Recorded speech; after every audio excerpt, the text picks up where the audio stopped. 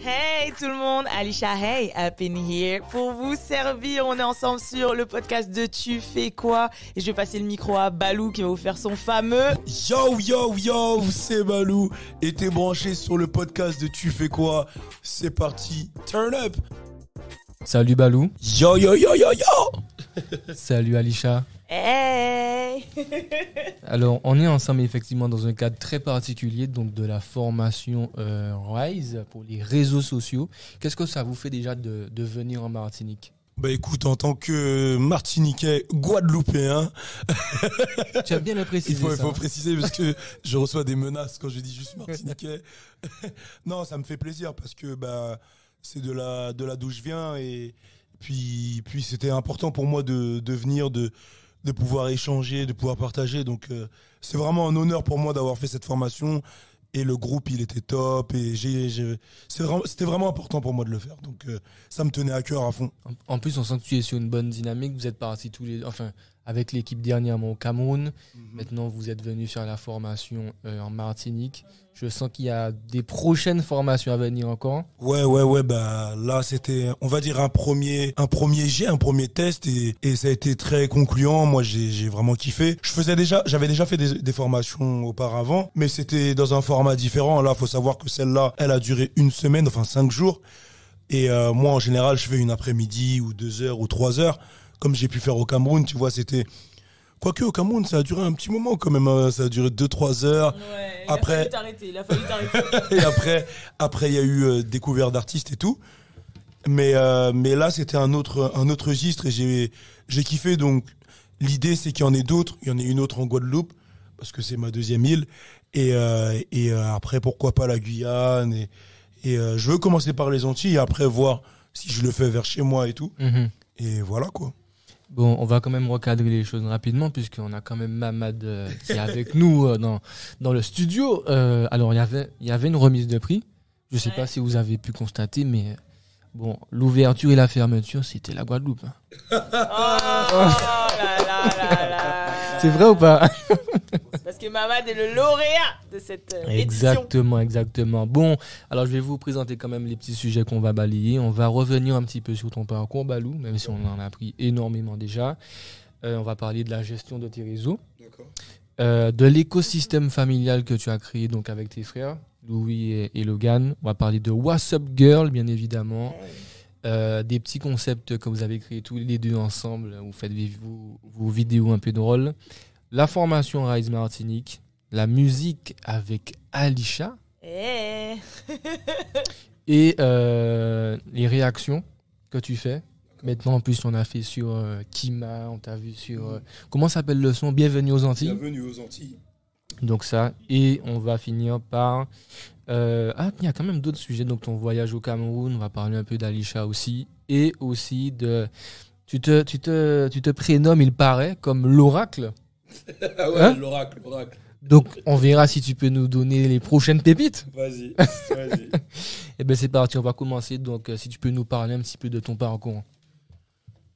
Bah, déjà, moi, j'ai commencé en tant que... J'étais très jeune. J'étais un peu un enfant perturbateur, on va dire.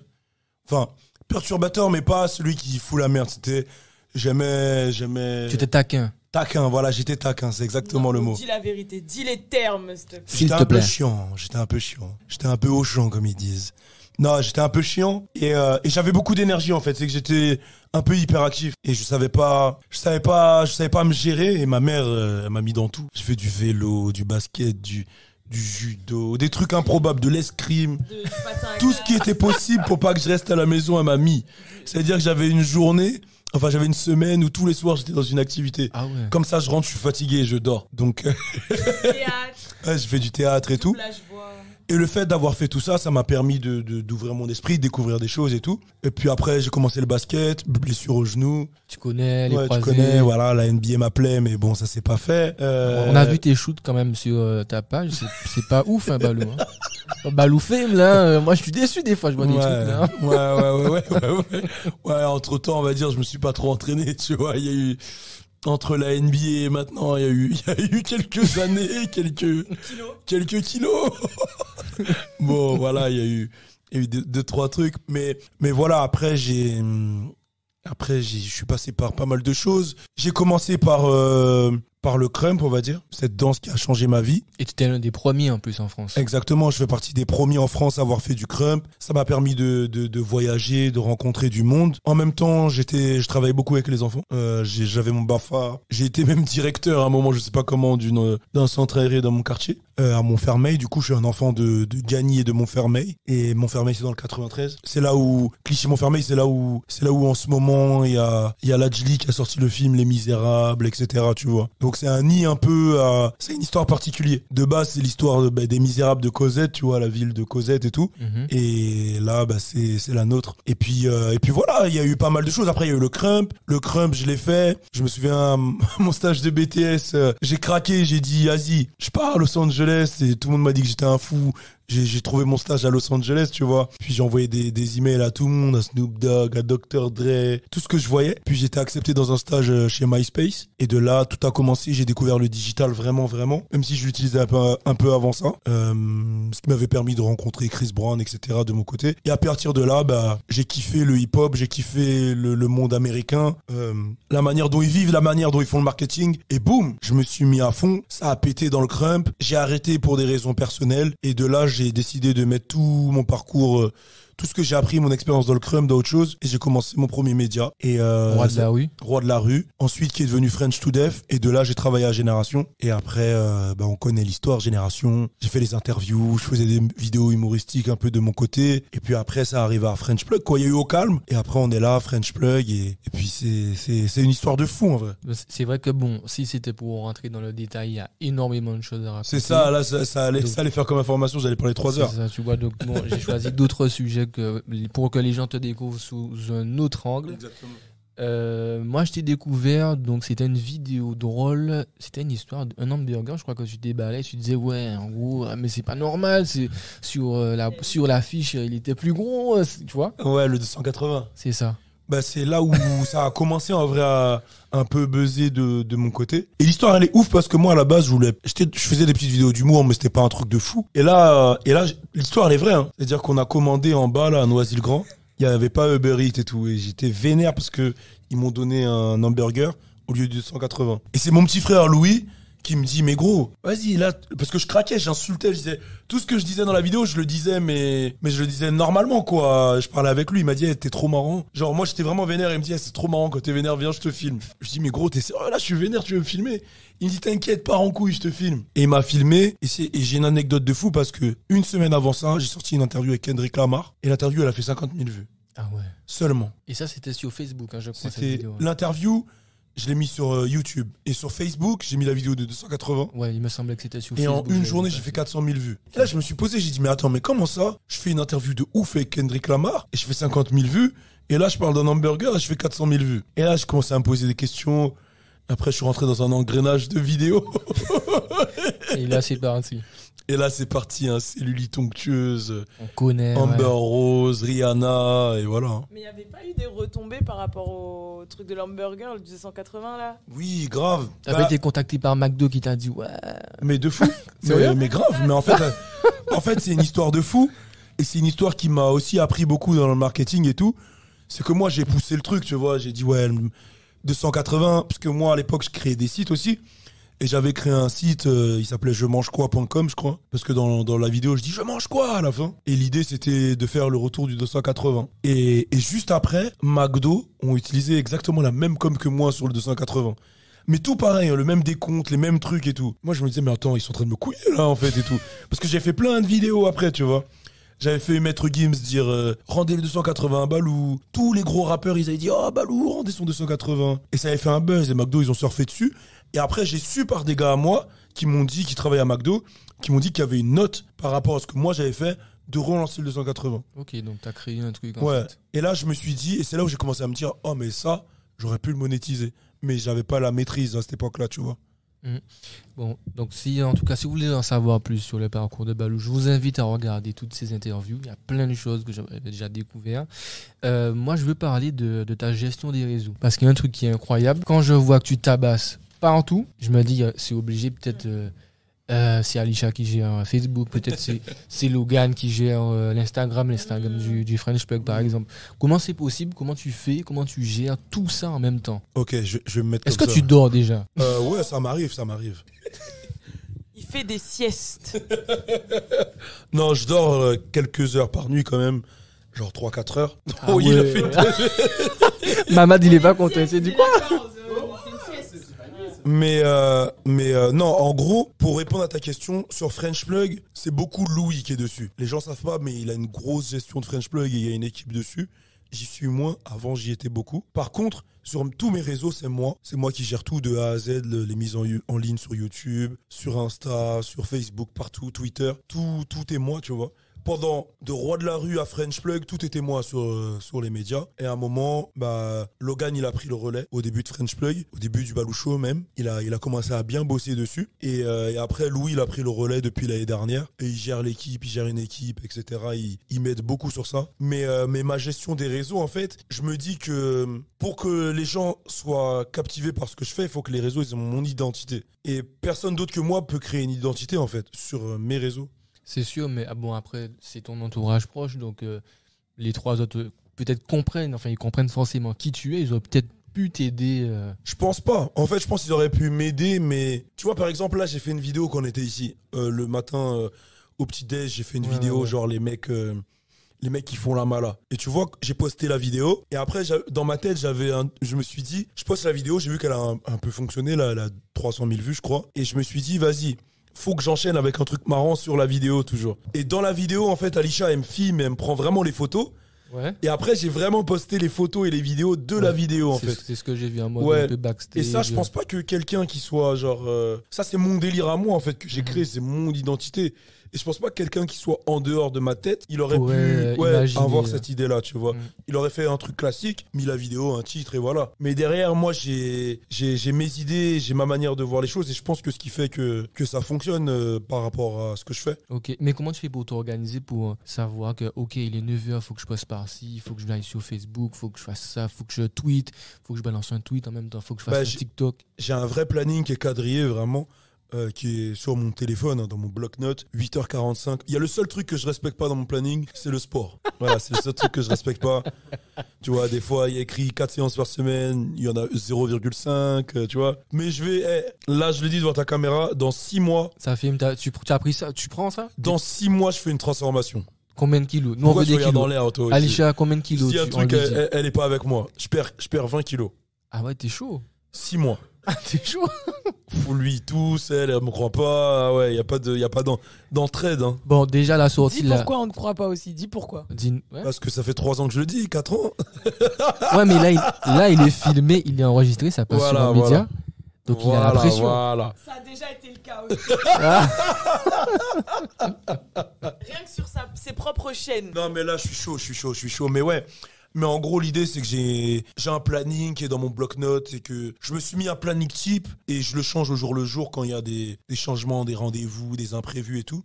Mais j'ai un réel planning type que je respecte, quoi. Il faut aussi dire que tu as les mécanismes, en fait. Par exemple, moi, quand je le vois travailler, il va avoir une promotion. Ben, en fait, tout se fait automatiquement tellement il l'a fait, vu que ça fait 10 ans qu'il le fait. Donc, en fait, c'est même pas, il regarde, il fait, ah bah là, j'ai Twitter, ah bah là. C'est direct, tac, tac, tac. Voilà, j'ai une promo. C'est automatique. Il sait que là, il a fait YouTube, bim, il va passer Twitter. Il sait qu'il va balancer un tweet, bim, il sait que Facebook, bam. Et en fait, il a les mécanismes parce qu'il l'a fait et refait. En fait, il faut savoir que quand on a eu Roi de la Rue, le premier média, j'ai dû trouver comment me faire connaître tout seul, tu vois. Donc j'ai vraiment tout testé. J'ai fait des faux comptes sur Facebook, je me mettais des likes tout seul, des posts où j'ai racheté des pages. J'ai fait plein de tests pour comprendre les réseaux, pour comprendre comment fonctionner. Donc j'ai eu des automatismes en fait. Genre quand je sortais une vidéo, j'avais une base d'emails, j'envoyais des emails à tout le monde, je repartageais la vidéo, j'envoyais à des comptes professionnels, je tweetais des gens. Par exemple, si je faisais une interview avec Kid Ink, j'avais un truc qui tweetait les gens qui parlaient de Kid Ink. Okay. Tu vois, j'avais plein de stratégies au début. Du coup, j'ai eu des automatismes, tu vois. Mais parce que je faisais ça de 8h du matin à minuit, vraiment que ça. Ouais. Que ça. Et tu sais, bon, moi, je t'ai peut-être découvert tard, du coup. Et c'est vrai que même ceux qui te découvrent maintenant, ils doivent se dire, ouais, mais en fait, ça a été vite pour lui. Mais quand je t'entends parler, quand tu racontes ton parcours, je me dis putain, moi je me plains parce que j'ai un certain nombre d'abonnés, mais toi ça fait plus de 10 ans en fait que t'es dedans. Ouais, ça fait plus de 10 ans et c'est très tard que les abonnés ils sont montés en fait. Parce qu'au début, pendant longtemps, je suis resté à un certain nombre d'abonnés, tu vois. Donne-nous les chiffres, Non, donne-nous les chiffres. franchement, Roi de la rue, je crois que ça n'a pas dépassé les 2000 abonnés. Hein. Ouais. Je crois vraiment Roi de la rue, j'ai fait plein de trucs, mais ça n'avait pas dépassé les 2000 abonnés. C'est à French to Death où là, il y a eu un pic. Il y a eu un pic à French to Death parce que j'avais fait des stratégies, etc. J'avais racheté des pages, je m'étais auto-promotionné avec les pages et tout. Mais ça a mis beaucoup de temps. C'est-à-dire que du moment où j'ai commencé, ça a mis peut-être 5-6 ans. Ah ouais, quand même. Donc, t'as vraiment étudié, on sent que c'est ce que tu nous disais, c'est ton kiff en fait, le marketing. Ouais, c'est mon kiff et je me dis, j'avais pas envie de me lever et travailler pour quelqu'un aussi. C'était pas un truc que je voulais et quand je faisais ça, je kiffais. Donc je me suis dit, j'ai la chance de vivre chez mes parents, en tout cas à cette époque-là. J'avais la chance de vivre chez mes parents. Bon, même si eux, ils voulaient pas que je fasse ça, tu vois. Donc il fallait que je trouve des disquettes, tu vois. Les parents, ils te disaient, ouais, Balou, c'est quand que tu prends ton appart Voilà, ma mère, elle me disait, bon, c'est bon, là, faut bouger, là, ou c'est un grand homme. Mais quand elle te dit ça, comment tu fais? C'est quoi tes arguments pour rester?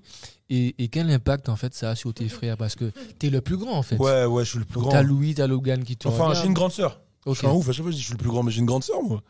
La grande demi-sœur. Ouais, c'est ma demi-sœur, mais c'est ma grande sœur. Tu vois, eux ils te regardent, toi tu fais ton truc déjà, t'es déjà parti à Los Angeles et tout. Comment en fait tu fais pour tenir ta ligne directrice et te dire, ouais, moi c'est ce que je veux faire et puis je continue à fond dedans? En fait, j'ai un côté rebelle, tu vois. J'ai un côté rebelle de fou. Et puis, en vrai, non. En vrai, le vrai truc qui m'a matrixé, c'est... En gros, quand j'étais petit, tu vois, je faisais les... Bon, je vais parler en français, je vais te dire la vérité. Je suis clair de peau. J'habite dans le 93. Dans le 93, en fait, si tu veux, il y avait ce truc-là à l'époque de... Quand t'es clair, t'es soit le beau gosse, soit un peu le bouffon, tu vois. En plus, j'ai antillais, je suis chrétien. Et dans mon quartier, il y a que des musulmans, galsen, sénégalais, maliens et tout.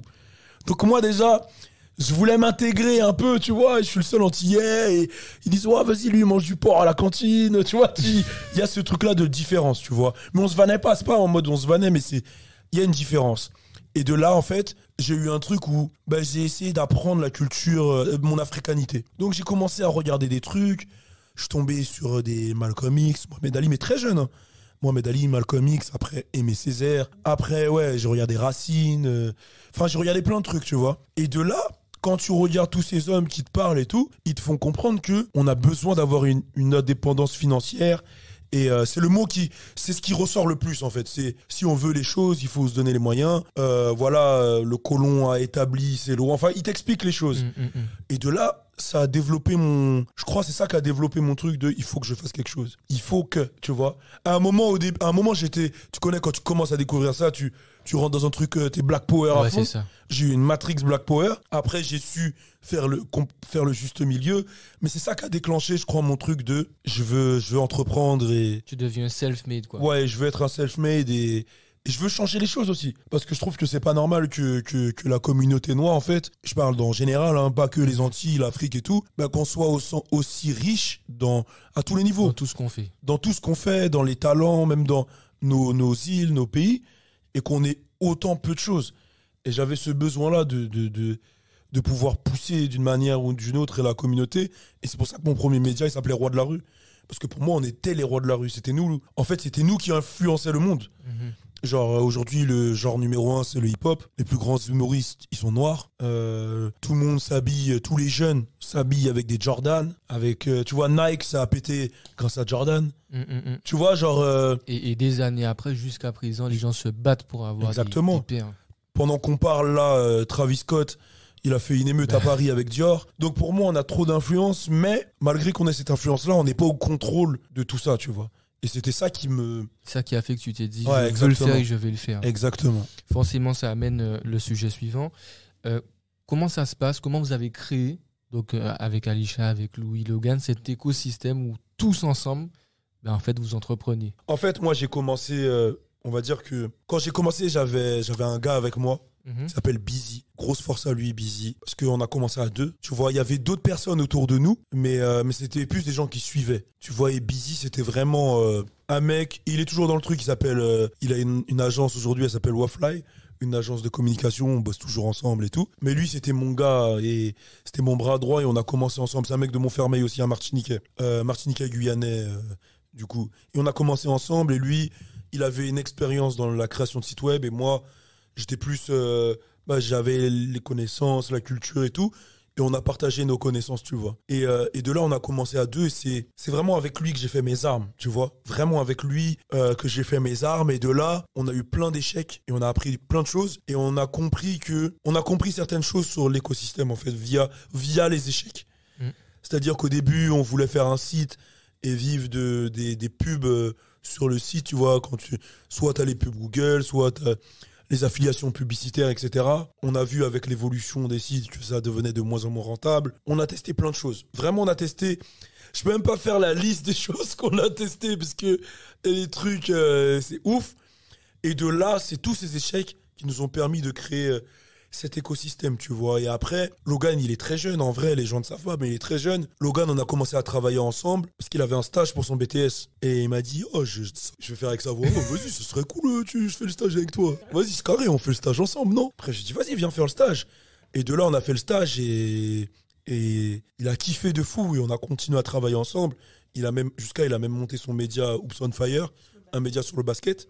Ouais, parce que lui, il est vraiment accro à ça. Ouais, grave. Et Louis, en fait, il a toujours été avec moi. Même si au début, il travaillait de son côté, mais il a toujours été avec moi. Il m'a toujours donné les bonnes idées. Il m'a toujours donné les bons conseils. Sans Louis, Raskel, Busy et Adrian Swish, j'ai pas de carrière, pour moi.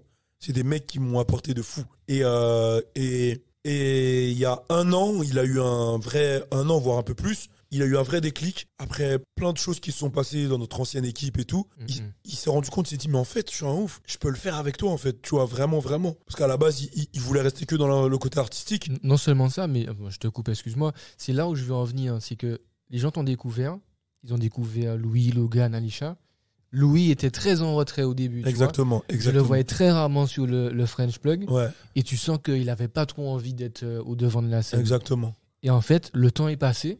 Bon, il y a eu ce qui s'est passé. Et chacun, c'est comme si a pété de son côté. Ouais. Il s'est créé sa propre communauté. Exactement. C'est-à-dire que Logan suit ses réseaux, il est à fond dans son truc. Alisha, elle est partie dans le délire What's Up Girl, elle a pété ça. Et Louis, en fait, c'est un travailleur de l'ombre. C'est un mec qui entreprend de fou, qui est organisé, qui a la tête sur les épaules. Il me choque à chaque fois, franchement. Et en même temps, il travaille sa musique. Et là, il a un projet de fou qui va arriver musicalement et tout. Mais c'est comme ça que ça s'est fait, en fait. C'est que de mes erreurs et de mon expérience, j'ai su créer un écosystème et le partager avec mes frères et Alisha et les gens qui m'entourent, en fait. C'est vraiment comme ça que ça s'est fait. Ah ouais, donc moi, on dit pas comment on m'a recruté, quoi. Mais c'était la prochaine question. Timeline. Du coup, Alisha, comment toi tu as intégré l'équipe au début? Comment tu es arrivée? Je raconte la vraie ou la fausse histoire? Non, je rigole. Donc en fait, tout a commencé pour moi. En fait, Balou, moi je le connais depuis longtemps.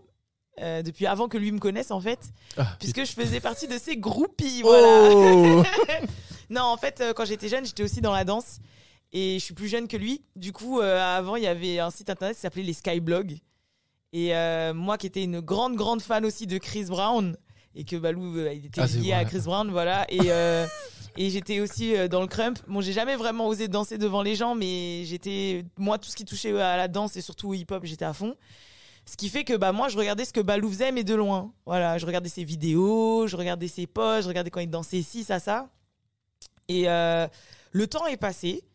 Et moi, de mon côté, je me suis, forcément, avec la danse, à côté de ça, j'ai commencé à faire des clips vidéo, en fait. J'ai commencé à être modèle pour clips vidéo. Et il y a une fois, un moment, je sais plus, c'était une jeune femme qui travaillait avec Balou qui m'a dit, je connais un site internet, en fait, qui recrute des modèles et tout pour faire comme un peu un catalogue de modèles que les artistes ou les producteurs, quand ils voudront faire un clip, sera un petit peu, voilà, ils choisiront les modèles, etc. Comme une agence, en fait. Du coup, elle m'a dit, le casting, il est tel jour, tout ça. C'était à côté de chez moi. Je dis, vas-y, j'y vais. Et j'étais avec les modèles, tout ça, je me préparais. Et Balou, forcément, parce que c'est lui, en vrai, qui organisait le casting. C'était pour son site internet. C'était pour French to Deaf, du coup. Il est passé. Et il a regardé les filles comme ça. Enfin, après, ça, c'est l'histoire, c'est sa version. Donc, je reprendrai le micro après. Il va dire ce qui s'est passé. Non, tu aurais pu nous donner ta version avant. Ouais. Vas-y, donne ta version. En gros, j'étais là en train de me préparer. Moi, j'étais hype, comme ça, dans mon mood. Et puis, il m'a appelé d'un coup. Il m'a dit, toi, viens voir. Qu'est-ce qu'il me veut, en fait, encore? Non, je rigole. J'ai été le voir et il m'a dit, ne fais pas ça. Et moi, je dis, ah ouais, pourquoi? Il me dit, juste, écoute-moi, fais pas ça. C'est pas pour toi, ne le fais pas. Je dis, ok. Et à partir de là, il a commencé à me prendre sous son aile. Et je suis venue au bureau de French to Deaf à l'époque. Je suis venue au bureau. Il m'a mis dans un clip de Louis Aouda. J'ai commencé un peu à traîner avec eux, à voir un petit peu comment ça se faisait au bureau. Je voulais me lancer dans la musique à ce moment-là, mais j'avais encore un peu peur. Je me rappelle, il m'avait forcé à chanter devant lui. Attends, on est en quelle année là? On est en 2012. Ah ouais. 13. Ouais, 2012-13. Et vas-y, j'osais pas trop, nanana. Donc j'ai traîné un petit peu avec eux pendant peut-être 3-4 mois. Et après, j'ai bifurqué, j'avais d'autres, on va dire, centres d'intérêt à cette époque. La jeunesse fait que j'avais d'autres centres d'intérêt. Donc lui, il m'a laissé faire mon chemin, en fait. Et c'est en fin 2018, il gardait contact avec moi, il m'envoyait des messages, on va dire, tous les trimestres. Tous les trimestres, il faisait son petit point. Ça va, ça en est où la musique? Tu dis quoi? Tes projets, ça en est où? Voilà, c'était les trucs qu'il me disait tout le temps. Et fin 2018, en novembre, il m'appelle et il me dit « Ouais, je vais faire mon shop en ligne et je cherche justement une modèle pour pouvoir poser avec les vêtements et tout. Est-ce que ça te dit ?» Moi, je dis « Ouais, vas-y, je suis chaud et tout ça. » Il me dit « Bah vas-y, ok, je te dis quand passer. » Non. Au final, les mois sont passés parce que le shop a été repoussé. Et moi, de mon côté, je fais mon petit parcours scolaire. Enfin, j'ai eu mon bac +5 et tout ça.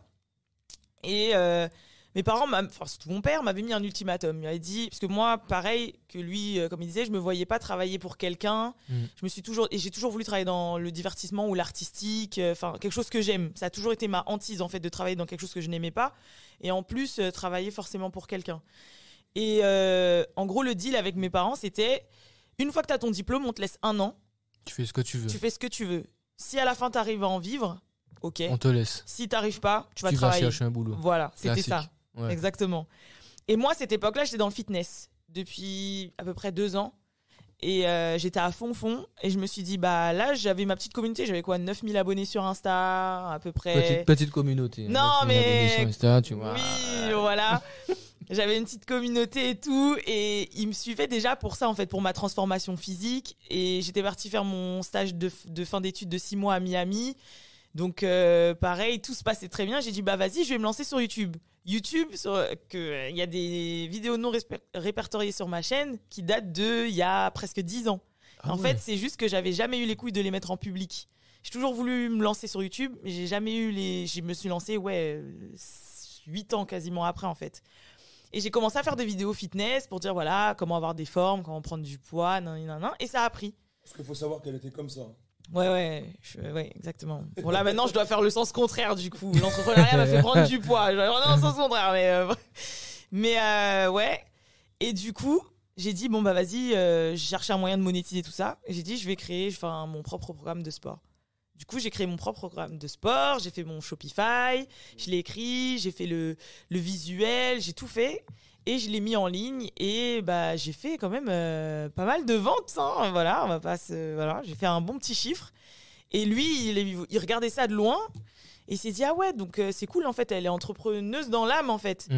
Du coup, il m'a check en janvier 2019. Putain, en fait, c'est vraiment récent quoi. Ouais, janvier 2019, il m'a dit, vas-y, passe au bureau et tout. En plus, à cette époque-là, il y avait un autre membre du French Plug en fait qui était dans le fitness. Il m'a dit, vas-y, vous pouvez faire un truc ensemble, tout ça, essayez de vous linker. Donc, je suis venue au bureau, on a parlé, et c'est là que l'aventure a commencé. Donc, au départ, c'était vraiment que pour le sport, parce que je devais me linker avec cette personne pour le sport. Et au final, il a vu que j'étais à fond dans la culture hip-hop. Je l'avais toujours été, mais il savait pas que c'était à ce point. Ouais, donc vous partagez en fait la même passion. C'est ça. Et au final, il m'a dit, mais pourquoi tu partages pas? Pourquoi t'en parles pas? Et du coup, c'est là qu'il m'a de plus en plus intégré. Et c'est comme ça que ça s'est fait, en fait. Et voilà. Et juste pour rajouter un truc, mais il faut savoir que ça s'est fait comme ça, avec elle. Elle, ça faisait super longtemps et tout, mais ça a été un peu le même processus avec tous les gens du French Plug Show. Ils sont tous arrivés fin 2018, en fait. Fin 2019, il y avait déjà tout qui était fait. Et moi, j'ai vu mes gars qui faisaient des trucs. J'ai dit, venez, tu vois. Et c'est vraiment comme ça que ça s'est fait. J'ai l'impression que ça fait 4-5 ans, tu vois, que... Ouais. Non. Et du coup, la raison pour laquelle tu m'as dit de ne pas faire... Ouais, on peut bien savoir. C'était quoi la raison? C'était pas pour elle. Et maintenant, forcément, comment tu arrives à What's Up Girl? Alors, comment on y arrive? C'est Balou qui m'a donné la brillante idée. Non. En fait, oui, c'est un peu ça. Il m'a dit clairement, regarde, moi, c'est vrai que French Plug, ça parle beaucoup du côté masculin, etc. et je vois que tu t'y connais et ça n'existe pas en fait. Le créneau féminin dans ce domaine-là n'existe pas, tu devrais le prendre. Bon, moi, au début, j'étais comme ça. Hein. Je me disais, franchement, j'étais animée par tout ce que normalement un entrepreneur ne devrait pas être animé. La peur, est-ce que j'en suis capable, t'es sûr? Un média, moi, le gérer tous les jours, m'engager, faire le truc. Et lui, il était persuadé que j'en étais capable. C'était moi qui doutais de moi-même. Hein. Ouais. Et il m'a poussé, et il m'a dit fais-le et tout. Et je me suis dit, ah vas-y, c'est bon, vas-y, je le fais, je me lance. Et c'est comme ça que What's Up Girl est né. Et dis-toi qu'en plus, What's Up Girl de base ne devait pas s'appeler What's Up Girl. Ça devait s'appeler French Plug Bossip. Ah ouais. Ouais, ça devait s'appeler French Plug Bossip. Et en fait, c'est que j'ai fait une vidéo YouTube où je parlais de l'entrepreneuriat féminin. En fait, c'était une vidéo YouTube où je parlais de Rihanna, Kim Kardashian, etc. En fait, des femmes du game féminin qui avaient créé leur entreprise, qui avaient été dans d'autres domaines, qui créaient d'autres marques, lançaient des entreprises, etc. Et cette vidéo, elle s'appelait What's Up Girl. En fait, le concept de la vidéo YouTube s'appelait What's Up Girl. Et c'est de là qu'ensuite même Balou a dit mais ça sonne bien What's Up Girl, et puis c'est dans la ligne directrice et tout, pourquoi t'appelles pas ton média What's Up Girl? Et du coup je dis ah ouais, pas bête, parce qu'au final je voulais pas faire un média qui comportait le mot girl, parce que je me suis dit les hommes ils vont pas s'abonner ou nanana, alors que moi je voulais que tout le monde suive. C'est juste que j'allais parler d'un autre domaine de la culture, mais que quand même les hommes se sentent concernés. Et je me suis dit ça va être fermé, What's Up Girls et tout. Et au final pas du tout, parce que je crois que dans mes stats j'ai au moins 30% d'hommes, donc ce qui n'est pas négligeable. Ah ouais, quand même. Ouais, j'ai 30-35% d'hommes qui suivent What's Up Girl. Donc comme quoi c'est pas du tout négligeable, et au final ça m'a pas du tout fermé de porte, et c'était même c'était ouf quoi. Donc là tu commences, je crois que c'est en 2020. Ouais, 7 février 2020 exactement. 7 février 2020. Ouais. Et depuis tu as accumulé combien de vidéos sur la chaîne? Est-ce que tu sais? Je sais pas. J'avoue, je pourrais pas te dire. Tu postes tous les combien? Tous les jours? Non, pas tous les jours. Ça dépend les périodes en fait. Ouais, j'avoue, moi il y a des trucs chauds. Ouais, en fait, moi je suis à double vitesse. Mais on va dire en moyenne, je suis à 2-3 vidéos par semaine. Parce qu'il y a des fois, j'étais on fire et je pouvais faire 8 jours avec une vidéo par jour. Et des fois, j'ai des petites pauses où pendant une semaine et demie, il n'y a pas de vidéo. Donc, on va faire une moyenne, tu vois. Mais ça, c'est plus dû à l'actu. Quand, par exemple, il y a Kylie et Travis, ils ont un souci, tu nous balances l'info. Ouais, c'est ça. C'est clairement ça. C'est un peu dû à l'actu, clairement. Et comment vous arrivez, du coup, tous les deux, en fait, à travailler ensemble autour de vos concepts? C'est une vraie question, ça. Hein? 173, voilà, 173. Ah ouais. 173 vidéos, les gars, voilà, 173 vidéos en un peu plus d'un an. Comment on arrive à gérer et à se compléter? Je viens de dire la réponse, en fait, ça se complète, voilà, clairement. C'est-à-dire que c'est pas que c'est facile, mais que lui, c'est un pan et moi, j'en suis un autre. Enfin, French Plug est un pan et What's Up Girl, c'est un autre pan. Sa façon de fonctionner t'a beaucoup inspiré, sans qu'il prenne ses chevilles enflent? Clairement. J'apprends encore, hein. Moi, je suis un baby, vu que c'est 7 février 2020. J'apprends encore, mais oui, clairement. Tout sur la manière de faire les posts, comment être plus efficace, comment être plus rapide, comment être plus productive, comment ça fonctionne, comment susciter les réactions des gens, qu'est-ce qui est important de poster, quand ça a besoin d'être tout de suite parce que c'est dans l'actu, ce qui peut attendre, comment gérer aussi un média. Parce qu'au départ, pareil, je fais même encore un peu, mais toute seule. Mais voilà, les traductions, le fonctionnement, c'est clairement, j'ai tout appris de French Plug et de Balou, clairement. Et de Louis aussi, qui m'aide beaucoup aussi, parce que c'est lui qui est derrière French Plug. Et tu gères tout toute seule aussi? Sur tous les réseaux, c'est toi. Sur YouTube, c'est toi. Sur l'Insta, c'est toi. Ouais. Sur What's Up Girl, maintenant, t'as une équipe. Ouais, sur What's Up Girl, depuis peu, j'ai une équipe.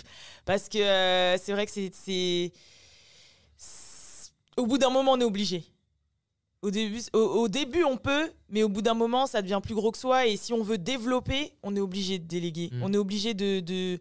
Par exemple, si maintenant, c'est moi qui faisais les traductions, si maintenant, c'est moi qui devais faire tous les posts écrits, j'aurais pas forcément le temps justement de développer d'autres concepts, de bosser sur d'autres choses, d'autres projets que j'ai personnels, d'autres projets. J'aurais pas le temps. T'es obligé au bout d'un moment de déléguer. C'est dur, hein. Au début, c'est dur. Oui. Parce que, comme il a dit... c'est ton énergie, c'est ton identité. C'est ça. Et comme il a dit, c'est que t'as une manière de parler. Est-ce que les personnes vont avoir la même manière? Est-ce que c'est difficile, hein? Puis de toute façon, t'es obligé de repasser derrière pour savoir si c'est bien respecté. Sujet suivant, vos concepts duo, vos petites vidéos marrantes qu'on voit de plus en plus, avec des réactions incroyables, avec les gens qui se demandent plein de questions. Tu veux la vérité? Ouais, dis-nous. Alors, je t'explique. Il prend un trépied, il met la caméra, il me dit mets-toi là, suis-moi, c'est tout. Il te prévient pas, il n'y a pas genre, il prend pas un stylo, une feuille, il te dit bon, Aïcha, on va faire ça. Je subis les vidéos. C'est-à-dire que là, tout ce que tu me vois faire à la caméra, c'est sincère. C'est-à-dire que je ne comprends pas ce que je suis en train de faire. Là, la dernière vidéo là, qu'on a fait le matin, il m'a juste dit mets-toi là et filme-moi. C'était pareil pour celle du Zouk. Mais celle du Zouk, justement, tu vois, l'exemple que je t'ai donné avec le trépied, tu te mets là et tu me suis, c'était celle-là. Celle du Zouk, c'était ça. C'est-à-dire qu'il m'a mis de dos comme ça et il m'a dit suis-moi. Et il a commencé à faire ça. Je ne comprenais rien. Il me dit Il faudrait qu'il prenne un peu de cours quand même. Et après, il m'a dit quand je fais ça, juste tu me dis ça. Genre en fait, il me prévient, il me dit ouais, quand j'ai fini de parler, dis-moi ça. Je dis ok, mais je sais pas du tout ce que ça va être en fait. Et comme il a une idée de vidéo à la minute, mais vraiment, il a une idée de vidéo à la minute. C'est-à-dire que vous pouvez demander à sa filmprod qui est ici, hein, il a une idée de vidéo à la minute. Ça fait que vraiment, il n'y a aucune préparation. Et des fois, je comprends rien. J'ai l'impression qu'on a raté le truc. Il me dit, ok, c'est bon. Je dis, t'es sûr? T'es sûr? Il me dit, ouais, t'inquiète et tout. Je comprends rien à ce qui se passe. Voilà. Donc, je pense que c'est peut-être aussi pour ça que les vidéos fonctionnent. C'est parce qu'il y a une part... C'est pas surjoué non plus, en fait. C'est pas... Ça fait pas, comme il disait, Viner, en fait. C'est vraiment... C'est naturel, mais parce qu'il y a une part de naturel, en fait. Il y a que lui qui sait ce qu'il fait dans la vidéo. Genre... Donc, ce que tu es en train de nous dire, c'est qu'il n'y a vraiment aucune fois où tu lui as dit « Tiens, Balou, on va faire ça aujourd'hui. » Non. Et je le jure, je vous jure, je vous promets, je le jure devant Dieu que c'est vrai. C'est incroyable. Il est chaud. On a fait une journée bateau pendant la formation. Quand il a fait sa vidéo où il tombait. Moi, j'ai pas compris. Je l'ai vu un moment avec une. La vidéo où il tombait, moi, je l'ai vu habillé en haut parce que je suis dans la vidéo. Je l'ai vu habillé en haut. Il m'a dit dis-moi juste, alors Balou, machin. J'ai dit ok. Donc je l'ai dit. Et quand il est tombé, j'ai cru qu'il n'avait pas fait exprès de tomber. J'ai eu peur. C'est-à-dire que je dis, genre, on aurait filmé ma réaction, je savais pas que c'était prévu, je savais pas que ça allait arriver, je savais... Ah ouais? Ok. Bah, tu vois, t'as compris, je comprends pas, je ne comprends pas les vidéos. Mais tu sais, c'est pire d'un point de vue extérieur, parce que moi, j'étais là, tu sais, d'habitude, je les vois à distance. Ouais. Donc je me dis, putain, il y a du travail. Et là, je le vois parler avec un mec de l'hôtel. Avec son masque, je le vois courir, dire au monsieur, ouais, on va faire ci, ça. Je me suis dit, ah ouais, il a préparé un vrai truc. Non. Et en fait, non. Et le pire, c'est que j'ai vu ça, mais après, je vais sur mon Insta, je voyais 2-3 vidéos déjà. Je me suis dit, mais. Ouais, non. Non, il y a pas. Et en plus, vas-y, raconte pour le mec de l'hôtel, c'est trop drôle. Ouais, je lui ai dit, viens juste, tu me grondes. Il dit, mais monsieur, je vais pas vous agresser. Il dit ça, je dis, si, agresse-moi, t'inquiète. Mais non, il dit. Et j'avoue, ouais. Ouais, c'est... Vas-y. En fait, la spontanéité. Ouais, et en fait, le génie, il est pas tant dans comment il fait la vidéo, c'est les idées qu'il a. C'est vraiment ça, c'est que tout est comme ça, au taquet, il se lève, il a une liste de vidéos, il fait ça. Mais tu rêves de ça la nuit, Balou? Ouais, ça m'arrive. Mais il y a des moments, il est absent, et je lui dis, ça va? Il me dit, ouais, j'ai une idée de vidéo. Des trucs, mais je pense que c'est un peu tous les mecs qui font des vidéos, hein, c'est ça. Je pense qu'on est tous comme ça. Mamad confirmera peut-être. Des vidéos là. Ouais, c'est un peu tout ça. Après, moi je kiffe, tu vois, c'est marrant et tout. Et ça faisait un moment que j'en avais pas fait aussi. C'est-à-dire que là j'ai repris depuis un petit moment là. Parce qu'il se prenait pour Denzel. Il a une crise. On a vu ça. Il a une comment Denzeliste. Non, en fait, je vais expliquer. En fait, j'ai eu un moment, pour expliquer, en fait, j'ai eu un moment où j'étais perdu, mais... Remise en question. En fait, regarde, quand j'étais à Génération, je faisais beaucoup de vidéos cellulites onctueuses, etc. Et à un moment, pour lancer French Plug, je me suis dit, tu sais quoi, le côté humour, je vais le mettre de côté et je vais tout mettre sur Fodjé. Tu vois? Ouais. C'est Fodjé qui va faire l'humour dans mon équipe. Fodjé, c'est l'humour. Moi, je vais être le côté rap US. Et du coup, moi, je me suis focus que sur le rap US pendant un moment. Et j'ai délaissé ce côté-là, tu vois. J'ai dit, vas-y, on va pousser Fodje sur ça. Et ça va être lui, non. Jusqu'à ce que, tellement je l'ai fait, les gens ne savaient même pas que je faisais des vidéos d'humour avant. Il y en a, vu que mes abonnés de ma chaîne YouTube, c'est 400 000 qui me connaissent que pour le rap US, en fait. Donc quand j'ai commencé à faire des vidéos d'humour, je me dis, ah ouais, mais en fait, il fait des vidéos d'humour, Balou, il savait même pas. Et puis, j'ai repris ça récemment parce que d'une, ça me manquait un peu. Et Alisha, elle me disait, mais wesh, arrête de croire que t'es... Parce que j'ai eu un truc où je me suis dit, je vais venir, je vais faire des courts-métrages, je vais faire ci. Et je me suis pris un peu pour Denzel Washington, tu vois. Et elle me disait, ok, non, c'est bien, tu joues bien et tout, c'est bien, t'inquiète, tu vois. Mais t'es pas Denzel, frère. Genre, dans le sens où, je pense que quand on est artiste, parce que je considère ça comme de l'artistique, même quand je suis journaliste et tout, on a tous un truc qu'on veut faire. Non, on a tous d'un kiff. Tu vois, par exemple, je pense qu'un Youssoupha, il doit kiffer écouter de la trappe. Mais il peut pas faire de la trappe, Youssoupha. Parce que s'il fait de la trappe, on va dire, wesh, tu joues à quoi? Tu vois ce que je veux dire ou pas? Je sais pas pourquoi j'ai pris cet exemple, mais c'est dans l'idée où, vas-y, on a tous une ADN, mais on peut kiffer autre chose de notre, qui est pas en rapport avec notre ADN. Mais moi, je reniais, en fait, un peu une certaine partie de moi. Et en fait, depuis peu, j'ai dit, vas-y, en fait, je m'en fous. Je kiffe, en fait, tu vois. Et let's go, refaisons des petites vidéos. Et j'en ai fait, et je vois que ça prend bien. Donc, on va continuer. Surtout que l'un n'empêche pas l'autre, en fait. Ouais, aussi. Parce qu'en vrai, on voit les deux extrêmes. Mais moi, je dis, regarde, tu prends quelqu'un comme Jamie Foxx. Il fait tout. Ouais. Bah, il fait tout. Il peut te faire un rôle sérieux, comme il peut te faire un rôle de comédien où il te fait rigoler, en fait. Ouais, grave. Et c'est pas pour autant que tu vas te dire, en fait, il joue très bien les deux. Donc c'est pour ça que mais c'est le meilleur Jamie Foxx. Ah, c'est plus Denzel, du coup? Ok. Non. Oh. Voilà. Denzel, c'est le père. Tu le comptes pas, tu vois. Denzel, c'est le daron. Il y a Denzel, Leonardo DiCaprio et tout. Et après, tu vois, il y a le mec comme Jamie Foxx et tout. Mais Jamie Foxx, pour moi, c'est un exemple. C'est quoi ton film? C'est quoi vos films préférés? Ça c'est passé dans ma tête là comme ça. Oh, ouais. Moi, je peux vous donner le mien. Vas-y. C'est Inception. Il est fort, hein, Inception. Je l'ai regardé. Vous moquez pas de moi. Je l'ai regardé 3 fois au cinéma. Ouais. Non, je me moque pas. Mais tu sais que justement là récemment, peut-être que je vais me faire tirer dessus, mais j'ai découvert Le Loup de Wall Street il y a 2 mois. Ah ouais. Ah, t'abuses. Est-ce que tu l'as regardé en une fois? Parce que ce film-là, il est bien, mais franchement, il est trop long. Ouais, non, je l'ai regardé en une fois parce que il est tellement bien que on sent même pas qu'il est long en fait. Non, il est vraiment long. Il dure plus de 2 heures. Ouais, mais je l'ai pas senti. Parce que j'ai vraiment kiffé, vraiment. Et jusqu'à maintenant, il m'a tellement mis une tape que genre c'est le dernier bon film que j'ai regardé. Donc si tu devais donner un, ça aurait été ça. Non.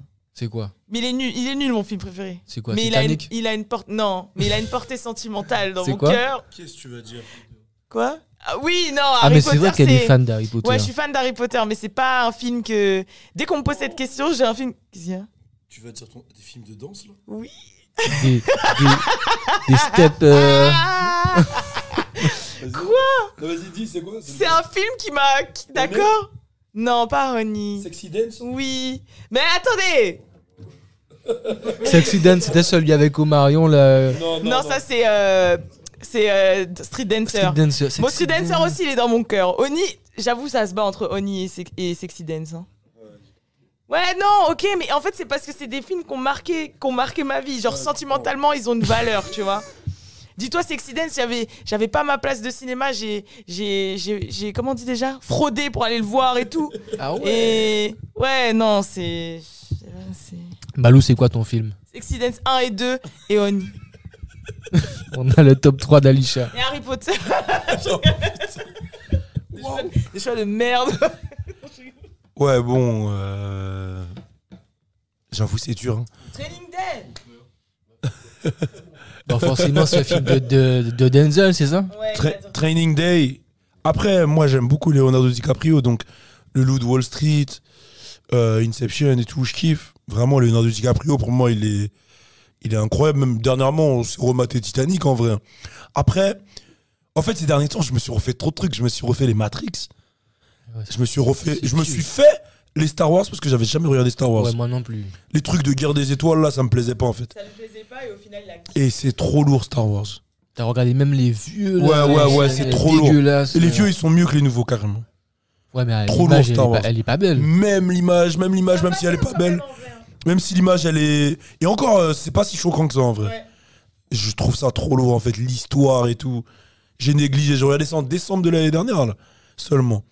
Mais si je devais choisir un film, Training Day. Moi, je suis pro Will Smith.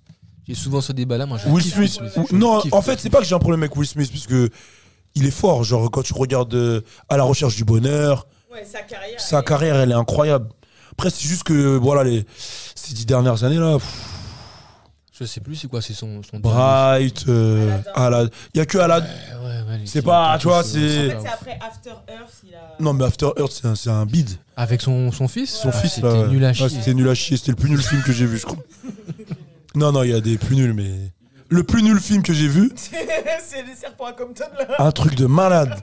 On s'est posé un jour avec Alisha, on a regardé un film qui s'appelle Snake Outta Compton. Au lieu de, tu vois, genre, il y a Straight Outta Compton, le film, là. Enfin, c'était le film de NWA. Eh ben, il y a un film qui s'appelle Snake Outta Compton. Alors, c'est l'histoire d'un mec qui est scientifique un peu, petit Renoir dans son quartier, et il a un serpent, et il lui fait manger une potion, et le serpent, il devient géant dans Compton. Et voilà. Et il se passe des trucs, le serpent.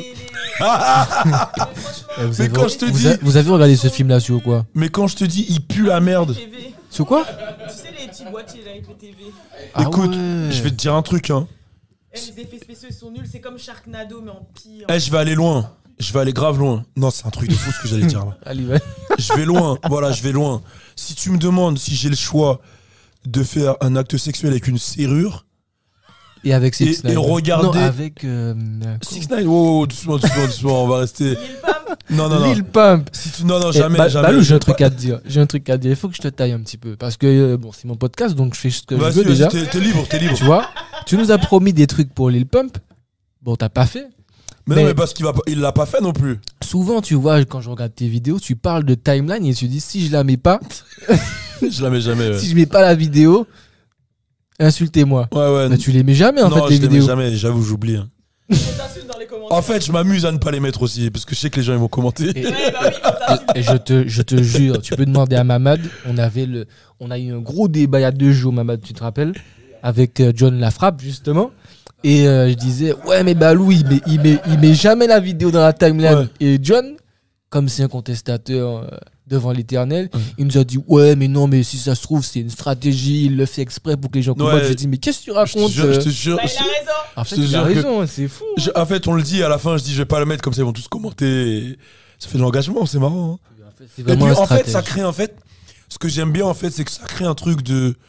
En fait, les gens, quand ils vont sur ma chaîne, il y a un truc de ambiance, pas je m'en foutiste, mais genre poteau, pas on se prend la tête, on gaulerie, ah Balou t'as encore oublié, ah tu vois genre. Tu vois ce que je veux dire? Et ils sont habitués, hein, tu vois, à ce truc-là. Ok, alors je voulais qu'on parle un peu de la formation. Yes. Bon, tu m'as déjà dit ce qui t'a donné envie de former, mais qu'est-ce qui a fait que ça a été avec Rise? Comment la connexion s'est faite? Alors Rise, ils m'ont démarché l'année dernière. On a commencé à parler de formation, etc. Et ils m'ont invité à une première formation auquel on n'a pas pu aller à Dubaï. Ah, tu t'es prévu pour Dubaï? Non, ils m'avaient invité pour venir regarder. Ok. C'était une formation qui était tenue par Demdem, la copine de Maître Gims. Puis j'ai suivi, ils ont fait plein de formations, plein de trucs. Et on n'arrêtait pas de parler. Oh, faut qu'on en fasse une. On disait ça tout le temps, on trouvait. Après, il y a eu le Covid. Et du coup, on a mis du temps. Et il n'y a pas longtemps, là, on s'est relancé. Et je leur ai dit, les gars, là, c'est bon, venez, on le fait. Et on s'est dit ça, tu vois, on s'est engrainé. Et après, ils m'ont dit, ouais, tu penses qu'on le fait où? Parce qu'avec le Covid, il n'y a pas beaucoup d'endroits où on peut le faire. J'ai dit, moi, je veux le faire en Martinique. Ils m'ont dit, vas-y, on essaye de voir et tout. Et ça s'est fait super rapidement. À partir du moment où j'ai dit que je voulais le faire en Martinique, un mois après, c'était fait, quoi. Ouais, tout était bouclé. Ouais, déjà tout était prévu. bouclé et tout, ouais, carrément. Mais tu sortais du Cameroun, c'était avant le Ouais, Cameroun? c'est ça. Est-ce qu'on a... Ouais, on a... Non, c'était bouclé même une semaine après. Ouais, Et après, il y a eu un mois de promo. Ouais, je crois que ça s'est même fait après le Cameroun. Hein. Ouais. Ça s'est organisé après le Cameroun, carrément.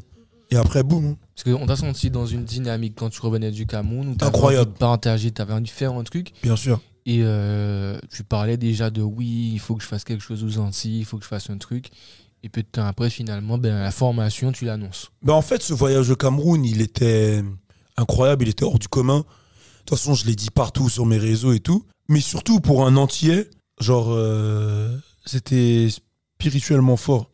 Je sais pas comment t'expliquer, genre, quand tu connais l'histoire, en plus, tu vois, je t'ai dit qu'au début, j'étais à fond dans l'histoire et tout, et que t'arrives en Afrique, avec tous les a priori que les gens ont et tout, toi, t'arrives, tu vois toutes les similitudes avec les Antilles, dans la culture, dans la bouffe, dans les comportements. Après, il y a plein de différences aussi, tu vois.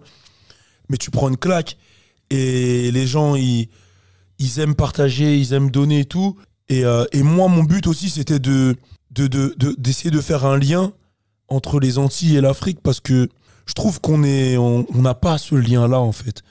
Genre, en vrai, on va penser tous à aller aux États-Unis, etc. Ouais, mais on va jamais se dire, tiens, je vais au Cameroun. Ouais, je vais au Cameroun, je vais en Côte d'Ivoire, etc. Alors qu'en vrai, c'est lourd de fou. Genre, j'ai préféré mon voyage au Cameroun à quasiment tous mes voyages aux États-Unis. Ah ouais. Ouais, vraiment, vraiment, vraiment. Je dis pas ça, mais c'est vraiment vrai. En plus, quand on connaît la symbolique, forcément, du Aouda. Ouais, voilà. On sent que depuis un moment, peut-être tu y pensais. Exactement. T'avais cette envie d'aller là-bas. Exactement. Et finalement, tu le réalises après. Exactement. Merci à Makea Productions qui nous ont invités. C'était un rêve. Et tout, c'est important de le préciser, hein, tout financé par vous-même. Exactement. Ça a été financé par nous et l'équipe Makea Productions, qui est une équipe d'indé. Un mec que je connais, qui s'appelle Bob, que je connais depuis des années, et qui m'a conseillé à Génération. C'est un grand à moi. Et on a tout fait de nous-mêmes, c'est-à-dire, il n'y avait aucun sponsor. Non, rien. Que nous. Qu'est-ce qui vous a marqué le plus, tous les deux? Je crois tout, moi, je vais te dire tout. Hein. La bouffe, peut-être une boîte de nuit, peut-être un truc. Ouais, la bouffe, c'était sûr. Ouais, c'est là que vous avez pris plus 10 kilos tous les deux, c'est ça? Ouais, je sais pas, hein, parce que Balou, c'est pas mal vidé, hein. Oui, Balou, on sait qu'il a des problèmes de transit. Ouais, vous l'avez vu là. Enfin, alors, en Cameroun, je vous raconte pas. Non, franchement, je crois que c'est la prison ou les pygmées. Ouais. Parce qu'à un moment, on a fait de la pirogue et tout. On a été voir une tribu pygmée et tout. C'était ouf. Mais visiter la prison aussi de Douala, là, Nouvelle, c'était aussi. En fait, il y avait que des moments forts comme ça. On n'avait pas le temps de dormir, on n'avait pas le temps de se reposer. Il n'y avait pas un jour où il se passait pas un truc de fou, où on découvrait pas que ce soit culturellement quelque chose ou un événement. Carrément, notre dernier jour, dans le quartier là-bas, vraiment le plus chaud, voilà, vraiment le quartier qui s'appelle Makea, du coup, ils nous ont fait une espèce d'événement de départ, en fait. Donc, carrément, ils ont dansé, ils étaient tous là. Ouais, franchement, c'était ouf. Et quand on voit les vidéos, on a vraiment l'impression que vous avez une grosse communauté là-bas. Ouais, et c'était la même chose que quand tu vas à un truc de gros cas et tout. C'était vraiment la même ambiance. Hein. Ouais. C'était la même ambiance, c'est là où tu vois les similitudes. Et ils écoutent de ouf de la musique d'ici là-bas. Vraiment, déjà c'est des gros fans de Kassav. Bon après dans le monde entier ils sont fans de Kassav, mais là-bas vraiment de ouf. Et là tout à l'heure quand on était en bas de l'hôtel, du coup, les sons qui passaient, c'était les sons qui passaient là-bas. C'est des gros consommateurs de musique antillaise. Et ils le disent, ils s'y connaissent, hein, vraiment. Et tu sais, c'est ouf, mais en fait, je sais plus si c'est avant ou c'est après. Bref, après votre passage au Cameroun, je regarde un documentaire, je sais plus si c'était Maître Gims ou si c'était Damso, qui partait lui à Kinshasa, ou je crois. Et en fait, à un moment, il a fait un son avec un artiste. Et là, j'ai commencé à m'intéresser aux artistes de là-bas. Et l'artiste avec qui il a chanté, Damso, le son est incroyable. On a rencontré plein d'artistes, on a pu interviewer plein d'artistes. En fait, on a fait 2 jours à interviewer les artistes en place de là-bas. Et on a fait une journée, mais très longue, où on demandait à plein de jeunes talents de venir. Et ça fait des sessions freestyle, etc. Parce que vous avez fait le tour de pas mal de médias. Ouais, c'est ça. Ah oui. Et ça, on a fait tous les médias quasiment là-bas. Radio, télé, c'était ouf. Ok, on va passer au sujet suivant, puisqu'on parle de musique. Alisha, tu as voulu commencer la musique depuis 2012-2013. Même encore plus. Hein. Et finalement, c'est en 2021 que tu lances ton premier son. Et c'est même encore plus tôt, parce qu'au collège, je faisais déjà des concours de chant. Ah ouais. Ouais, j'ai toujours chanté en réalité. Bon, comment t'as passé le step? Je l'ai pas encore passé, du coup, là, techniquement, c'est exclu, là. Non, je rigole. Oui, et au moment où ça va sortir, ça sera passé, du coup. C'est encore Balou. Il t'a poussé? Ouais, m'a mis un ultimatum. pleine T'as tête. dit tu sors en son, tu Bah, fais le truc en et tu gros, le là, poses. depuis 2012, il me dit, ouais, depuis 2012, je te dis de faire de la musique. Ça fait 10 ans quasiment qu'il me dit de faire de la musique. C'était pour Et- ça, en fait, le c'est pas pour toi. Ouais. Et il m'a mis un ultimatum, je crois que c'était ça. Hein. Tu m'as dit, ouais, avant ton anniversaire, je veux que tu poses un son. Et que tu le sortes et que... Non, non, non. Et au final, je l'ai fait. Et quand je l'ai écouté, il était agréablement surpris, voire... c'était... Tu peux parler de la réaction Non, franchement, j'ai été surpris parce qu'en général, en général, quand c'est ton premier son, déjà, c'est pas ouf, en fait, Ouais, tu vois, un c'est pas peu- très bon.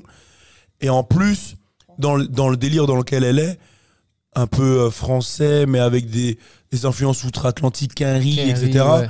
ça peut vite être bizarre, en fait. Ouais. Ça peut vite être has-been. Je sais pas, souvent, j'écoute des... Ça fait pas naturel. Et là, j'ai trouvé que c'était naturel, c'était bien posé et tout. J'ai dit, ah bon? Ok, d'accord, ok. J'ai kiffé. Et puis, tu connais la suite, hein. Il y a eu le son, le clip et Il y a eu le clip déjà? ça. Ah, le clip va sortir. le clip. On a dit. Avec du recul, Alisha, comment toi, tu en es fier du son? Ouais, Vraiment? Oui. Tu kiffes ouais, vraiment. C'est l'un des seuls, c'est même le premier son que j'appréhende pas de le faire écouter ou j'ai un stress quand je le fais écouter hein, quand Mhm. même. Mais je suis fière de l'avoir fait. Mais du coup, je me mets déjà un petit peu la pression pour le prochain. Bah oui, forcément, parce que Ouais, si tu mets la c'est- barre haut, C'est ça, voilà, Faut que- c'est un petit peu ça. Je dis, ah ok, peut-être que j'ai eu la chance du débutant, tu vois, c'est un petit peu ça. Mais faut pas se dire ça. Je me dis pas ça. et tu penses préparer peut-être un projet avant la fin de l'année. Ouais, ce serait le but de faire un petit EP pour la rentrée. Un petit EP d'ici fin 2021, ce serait... 3, 4 sons, peut-être 7 plus. Ouais, un bon 5 déjà, ça serait bien. Un EP Ok. de 5 titres, ça serait Cool. déjà bien. Bon, du coup, je passerai le son que Bien les gens sûr. découvrent et puissent kiffer. Donc voilà. Maintenant, je voulais parler des réactions garçons. Ouh. Parce que on sait que tu es antillais, originaire des Antilles. Yes. Mais je me disais, mais c'est bizarre quand même. Balou, à aucun moment, il nous fait des réactions sur des Kalash, sur des Kima. Et finalement, tu y es arrivé. Qu'est-ce qui a fait cette transition? Sachant que depuis un moment, je constate que tu cultives en fait ta communauté antillaise. Je te vois beaucoup échanger avec des lyrics, commenter des trucs d'artistes locaux. Dernièrement, en plus, j'étais là quand tu es passé sur Reta, où ça fait un tollé incroyable. Qu'est-ce qui t'a fait venir aux réactions antillaises? Bah, il y a pas mal de choses. À partir de j'ai commencé vraiment à partir de 2016 j'avais délaissé un peu le game entier. Je vais pas te mentir, hein. Avant j'étais à fond. Avant j'étais à fond. La période Admiralty, Paille. Vraiment l'époque, j'ai suivi de fou. J'étais dans les sound systems, j'étais en filet et tout. Ouais, j'étais à fond dedans. Ça a été quoi le premier album que tu as acheté? Passy, Ok. Tentation. Mais je crois l'un des albums que j'ai pu saigner à l'époque, c'était Admiralty, Toucher l'horizon, tout ça. C'était Moi, c'est le premier album que j'ai c'était un acheté. truc de fou. Et l'un des seuls d'ailleurs. J'étais dedans à fond. Admiralty, j'étais vraiment dedans. Dancehall. Moi, c'était les To Be Free. Oh putain. En vrai, je peux pas te tailler, je suis désolé. Hein. Toi Je aussi. suis pas une pédale, mais Oh, j'ai putain. acheté aussi les To Be Oh Free. non. Ouais, Frérot, ouais. je vais quitter le podcast. Non, je rigole. Ou Matt Pokora, j'avais du Usher aussi. Oh là là. Et en vrai, à partir de quand j'ai eu la fin de mes congés bonifiés et que j'allais plus aux Antilles, en vrai, j'ai commencé à voyager que aux États-Unis. Et quand mon truc il a commencé à prendre, j'ai commencé à avoir des proches à moi qui m'ont dit, mais gros, là ta génération et tout, gros t'es antillais, gros, oublie pas. Je me suis dit, ouais, je suis un fou moi. Et là j'ai recommencé à me réintéresser à la scène que j'avais délaissée. Et de là déjà à Génération, j'ai ramené Lyrics, j'ai ramené Panda, j'ai ramené Nicey, Kérosen, Admiral, Kalash, Stony. J'ai essayé de ramener le plus de personnes possible, tu vois. Et puis là je me suis dit, il faut que je fasse un truc. J'ai rencontré Yoshi, on avait commencé des programmes ensemble. Puis avec les fréquentations que j'avais, des gens qui étaient à fond dans le côté antillais, ben, ça me poussait encore plus à découvrir des choses.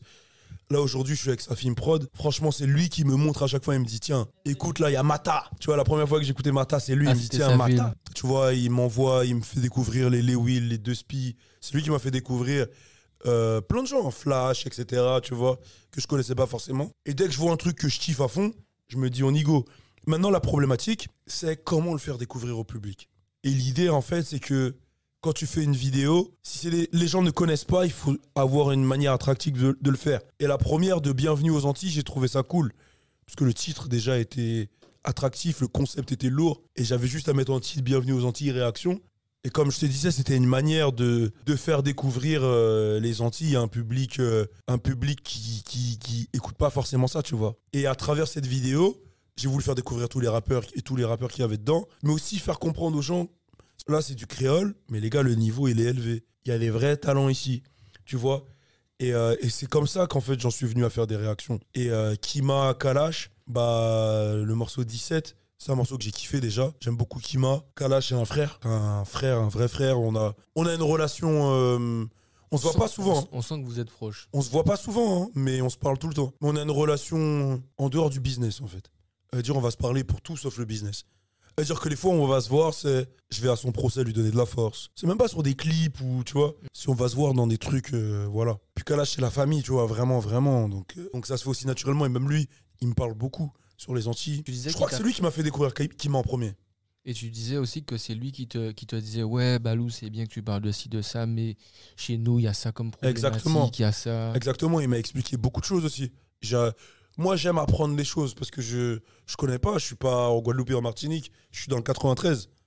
Donc, j'ai ma vision de ce que je vois sur les réseaux. Mais entre les réseaux et la vraie vie, il y a un fossé en vrai de vrai. Et ça, tu en as parlé, je crois, sur tes réseaux aussi, de ces problématiques qu'on avait. Exactement. Vu que j'ai une audience et que maintenant je sais, je peux pas faire l'aveugle. Je suis obligé d'en parler en fait. Le délire de chlordécone, quand tu l'entends pour la première fois, tu te dis c'est pas possible. C'est une blague en fait. Moi, ça m'a grave étonné parce que, en fait, c'est une prise de risque, entre guillemets. Mais depuis quelques temps, on sent effectivement que tu tentes plein de choses. Alors, j'ai dit les Antilles, mais je t'ai vu aussi qui faisait une réaction sur un son de Naïtien. Et tu vois, je sens que tu varies beaucoup ce que tu fais. Tu parles des Antilles, tu parles des problématiques. Il y a plein de gens, tu vois, qui savent qu'il y a des problèmes. Mais pour pas peut-être choquer leur audience, ils vont rester dans leur truc. Mais la différence avec ces gens et moi, c'est que, sans faire le mec, hein, c'est que moi, tous mes trucs, je les fais moi-même. Donc, il n'y a personne qui peut me boycotter. Et qui peut te dire, ouais, c'est passif. Ouais, vas-y, va pas dans ton bureau. Moi, je fais tout moi-même. Donc, j'ai pas de marques qui vont me barrer ou qui vont m'empêcher de faire mes trucs parce que même le travail avec les marques, c'est une option dans ma carrière. Donc, j'ai pas peur de dire les choses, tu vois. Il y en a, je peux comprendre. Après, c'est normal. Si tu as des marques qui te font rentrer ton argent et que c'est ton gagne-pain et que ça peut te niquer, ok, je peux comprendre que tu le fasses pas. Mais moi, j'ai pas cette problématique-là. Donc, et moi, mon but, c'est vraiment de faire évoluer la communauté. Donc, c'est l'un de mes objectifs. Donc, quand je peux dire un truc, je le dis direct. Je voulais revenir un peu sur toi, Alisha. Aujourd'hui, on sent que tu as pris quand même. Tu as ouvert tes ailes, tu fais tes trucs, tu es rentré aussi en radio. Ouais. Donc on te voit avec ton petit micro rose. À distance. Ouais, c'est ça. Comment ça s'est passé ? Alors, faut savoir qu'à la base, oui, c'était Balou qui était chez Génération. Et il allait quitter Géné. Donc forcément, il y avait une place vacante. Et il m'a dit, comme il cherche quelqu'un, tente ta chance. Encore une fois, il me sort de mes chantiers. Je précise. Parce que comme elle l'a dit là, je précise quand même qu'il y a 500 personnes qui ont tenté leur chance. Ah non, mais justement, c'était en mode je tente ma chance, genre parmi les gens qui... Non, mais ouais, mais je précise quand même qu'il y a 500 personnes. Donc ça aurait pu être n'importe qui. Ouais, ça aurait pu être n'importe qui. C'est-à-dire que je lui ai dit, là, je vois que le programmateur, il cherche des gens. En gros, soumets ton profil. Ouais, vas-y, soumets ton profil, tente. C'est même pas tu l'as pistonné au Non, du tout. Je lui ai dit, tente. Genre, c'est dans ce sens-là, c'est pas dans le sens vas-y, tente ta chance, je demande du tout.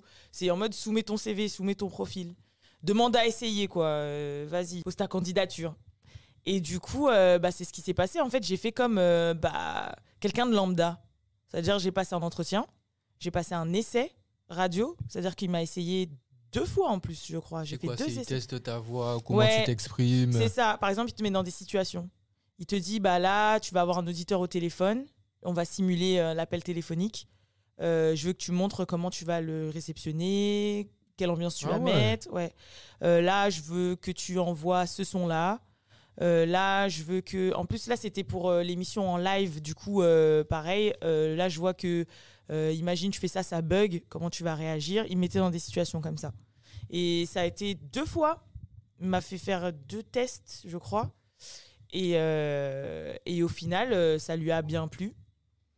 Et du coup, bah, il m'a gardé. Mais ouais, je crois que c'était un bon sur une semaine ou 2 hein, quand même. De test? Non, c'était sur 2 jours les tests, mais ça s'est pas fait tout de suite, quoi. C'est pas j'ai fait mon test et tout de suite il m'a dit ouais, c'est bon, t'es prise. Non, il y a d'autres gens qui ont fait des tests. Il a pris d'autres gens en entretien. Il y avait des gens sur liste d'attente. Enfin voilà, c'était tout un process en fait.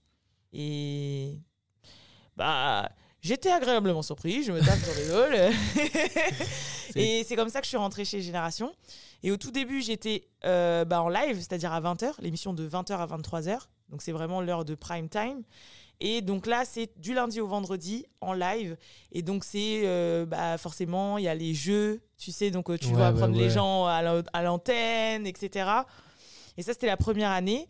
Et ensuite, l'année d'après, du coup, j'ai changé d'émission et j'ai ma propre émission seule. Parce que qu'au tu début, produis seule? Ouais, voilà. Parce que la première, j'étais aux côtés de Faugier. Et là, cette année, je suis seule et c'est une émission qui me correspond d'autant plus parce que c'est en mode brand new. Et en gros, c'est l'émission de rap US, en fait. Donc, du coup, je passe toutes les nouveautés US. Et c'est pareil, du lundi au vendredi. C'est juste un peu plus tard, c'est à 23h, du coup. Mais je fais également le week-end, samedi et dimanche, de midi à 16h.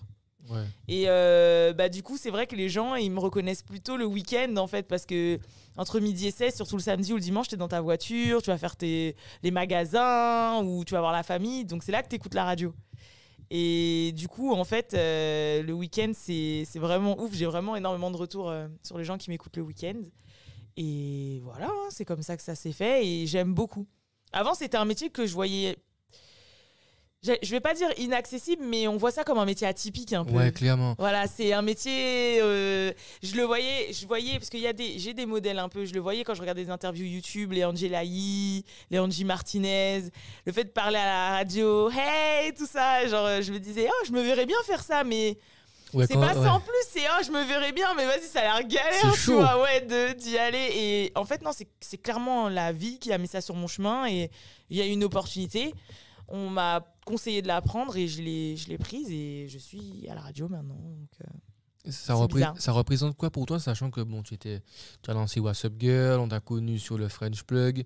Ça fait quoi de rentrer en radio? Je dis ça par rapport au fait que pour moi, tu sais, j'ai cette impression, un peu moins maintenant, que quand tu as un média, c'est un peu le Graal de se dire putain, là, je suis à la radio. C'est la consécration, c'est ça? Ouais, t'as pensé quoi, tu passes à la radio.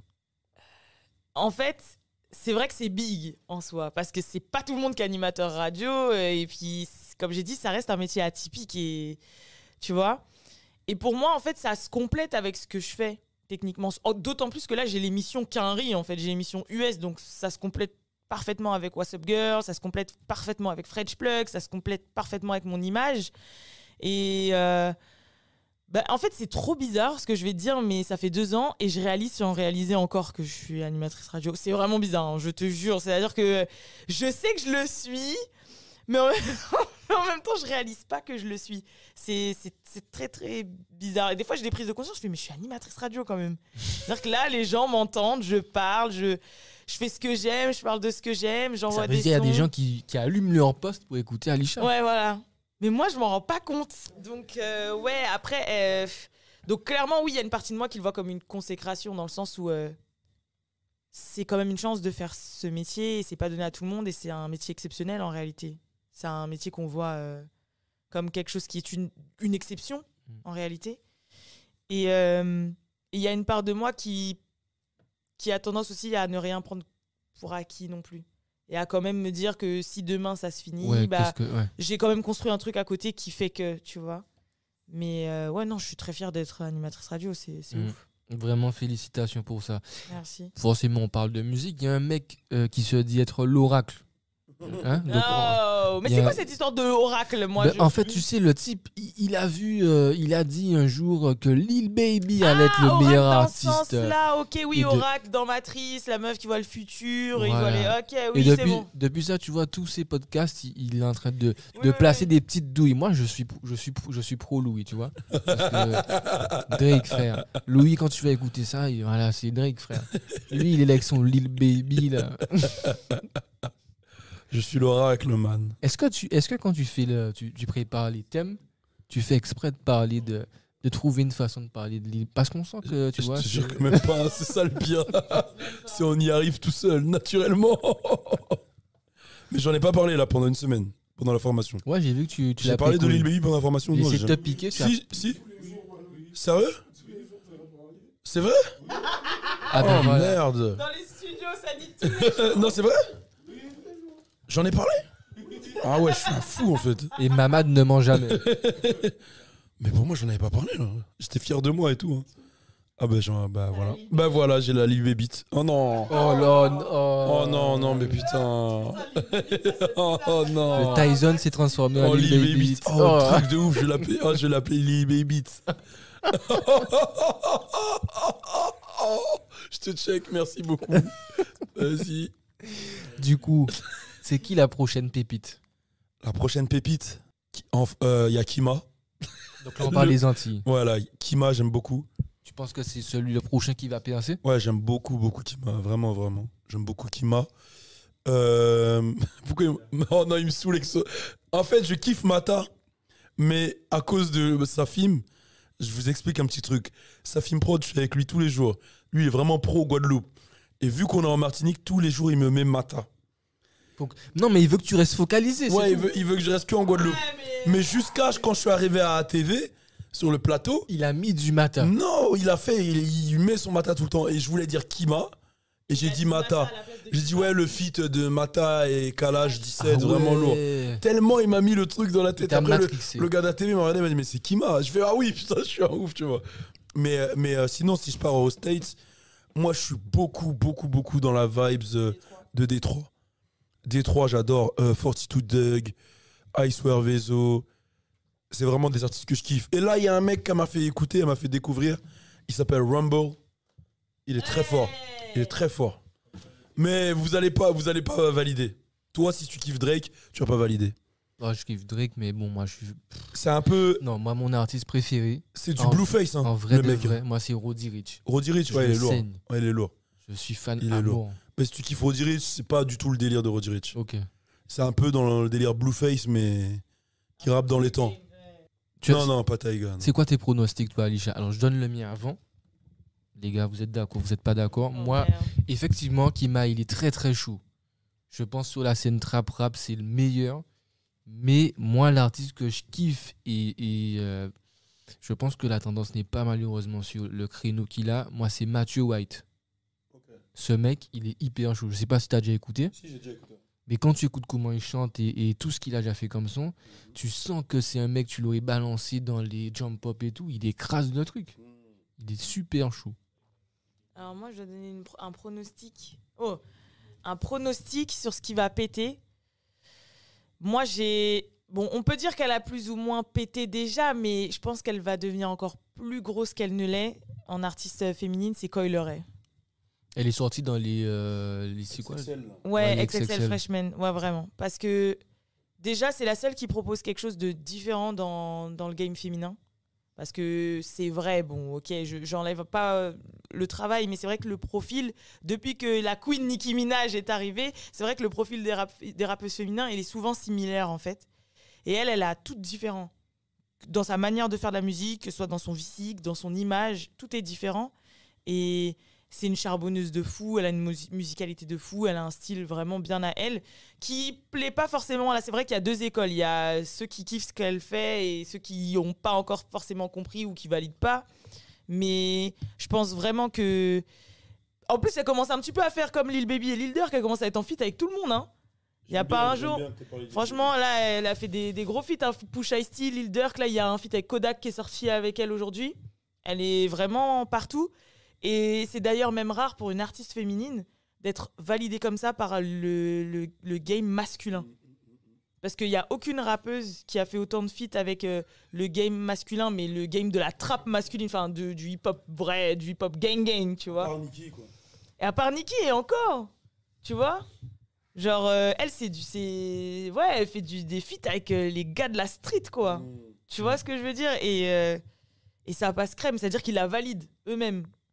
Du coup, elle a après ça. Donc, Coily Ray. donc Ok. Coily Ray, ouais, je pense que c'est vraiment quelqu'un sur qu'il faut garder l'œil dans le game féminin, je pense, vraiment. Et en termes de R&B, c'est une autre, c'est Maria the Scientist, je pense. Peut-être que vous connaissez pas, faudrait écouter, mais elle a un peu le même style que Jhené Aiko, en fait, dans sa manière de poser, dans sa musicalité. Et je crois qu'elle a signé récemment, en fait, parce qu'elle n'était pas très très connue, et je crois comprendre qu'elle a signé là, il n'y a pas très longtemps. Et je pense qu'elle a sorti un single et un clip là qui a bien été reçu, et je pense qu'elle aussi, elle peut pas mal aller À loin. surveiller. C'est ça. Ben, on approche quasiment de la fin. J'ai deux petites questions encore. Lou, on sait que tu es très ancré dans la culture urbaine. C'est qui pour toi, enfin c'est qui les artistes dont tu es le plus proche? On sait que tu es très proche de Kalash. C'est qui les artistes? Donc je suis le plus proche. Kalash, ouais, ça c'est dit. Ouais, mais je parle pas souvent avec Nino, je suis proche de. Ouais, là. Oh, mais c'est mes cousins, ça compte pas. Louis Aoda, très proche de cet artiste. Il paraît, ouais. Ah, DJ Snake. DJ Snake, je parle bien avec lui, ouais, c'est mon gars. DJ Snake. Et il me souffle des trucs là. Non, c'est n'importe quoi. Kalash, Snake, Vaga, ouais, un jeune Guyanais. Grazure, j'aime bien parler avec lui de temps en temps. Niska aussi. En vrai, je vais te dire la vérité, moi je parle pas avec tout le monde dans le game. Hein. Moi je suis.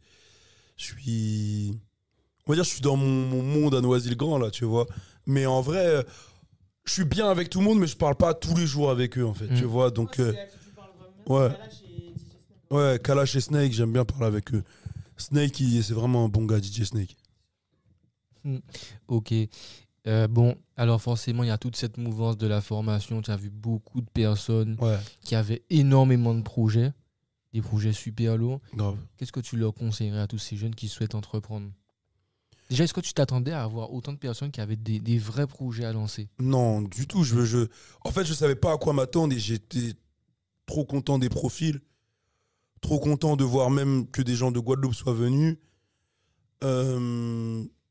Content de l'ambiance qu'il y a eu, qui était très conviviale, très familiale.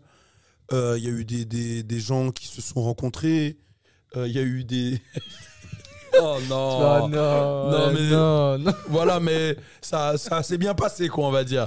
Ça s'est très bien passé pour certains. Ouais. Il y en a pour qui ça s'est mieux passé que d'autres, même. Mais plus sérieusement, je m'attendais pas à autant de profils. Parce que il y avait des fois, il y en avait qui venaient me proposer, parler de leurs projets. C'était des projets super. En fait, des idées vraiment innovatrices, tu vois. Donc, j'ai vraiment kiffé. Et expérience de malade, vraiment. Ce serait quoi ton conseil pour eux? C'est vrai que c'était ça la question. Pour ceux qui nous regardent. Quand on a ton bagage, quand on a tes plus de 10 ans d'expérience, quand on arrive à vivre de son activité, quand on arrive à créer de tout ce qu'on a parlé, donc cette synergie dans toute ton équipe et ceux qui croient en toi et qui te suivent. C'est lancez-vous. Utilisez le CPF.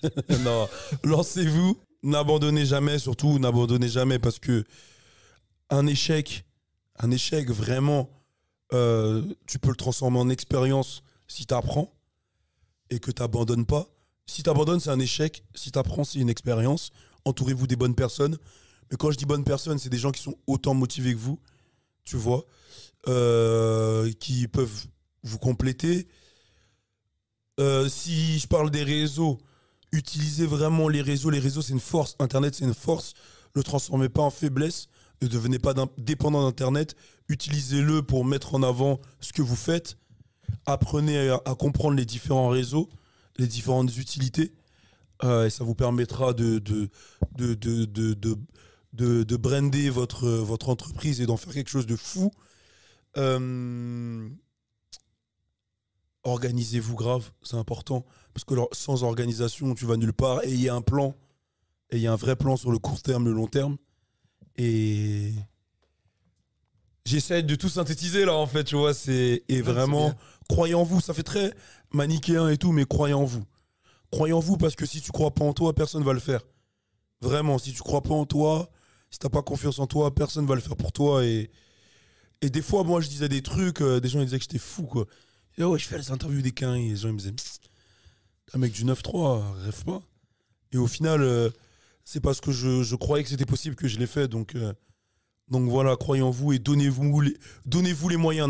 Ne soyez pas des victimes. Il y a des fois où quand tu vois tout ce que tu as fait, ça t'impressionne? Ou tu te dis, putain, j'ai quand même fait tout ça? En fait, Sans pour autant, tu vois, ouais. Les gens, faut pas que les gens pensent que Tu sais, c'est quoi les moments où je me dis ça?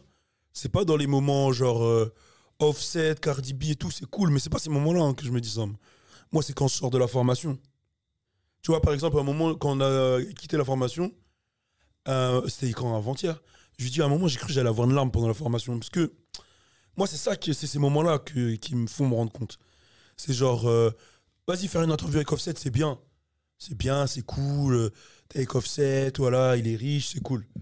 Mais c'est quand t'arrives avec des gens, que t'échanges, que tu te rends compte que t'es pu en inspirer certains, que tu vas, voilà, ici, voilà, que tu viens ici, que t'es plus le petit Lénaïque, tu vois, t'es Balou et il y a des gens que tu peux aider, tu vois, que tu vas au Cameroun, que tu peux aider des jeunes Camerounais, tu vois, bah c'est là où je me dis, waouh, c'est pas les interviews, les médias, les chiffres, les millions de vues et tout.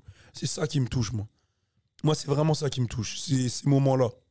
Vraiment. Tu vois, par exemple, quand on a remis le prix à Mama, tu vois, pour moi, c'était lourd. C'est là où je me dis, wow, tu vois, il a failli pleurer, hein, là, frérot. Ouais, ben. Il a l'habitude de mettre Et moi aussi, je me suis éloigné à un moment aussi.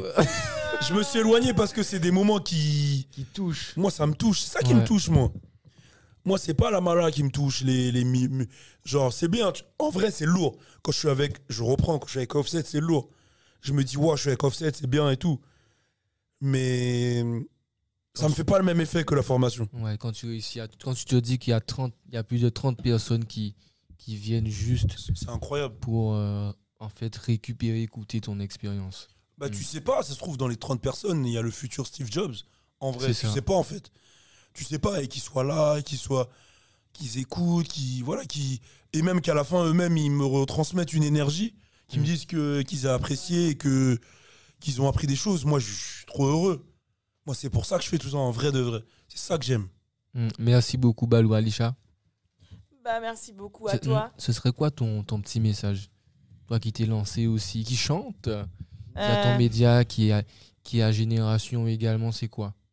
Si tu devais synthétiser tout pour nous donner un message, pour inspirer ceux qui nous regardent. Et tous ces jeunes qui étaient aussi contents de te voir. N'attendez pas, faites-le. Tout simplement. Ouais. Parce que moi, si j'avais su, si j'avais eu assez confiance en moi, si j'avais pas eu ces peurs, ces pensées limitantes, avec des si on refait le monde. Mais du coup, moi, je peux le dire parce qu'en soi, ça se compte en années le temps que j'ai perdu.